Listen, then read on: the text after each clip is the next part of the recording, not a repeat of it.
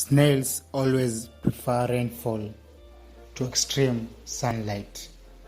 They prefer humid atmospheres to very hot atmospheres. Like this East African land snail, they are in their full speed pacing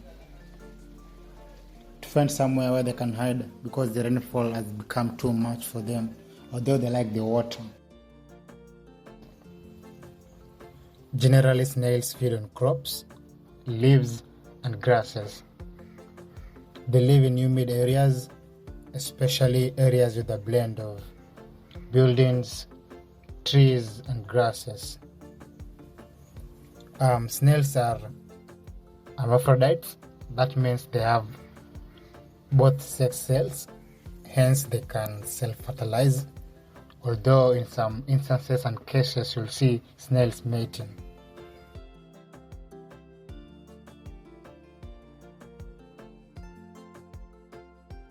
So that's just rained here in Mtwapa, Jumba la Mtwana in Kilifi.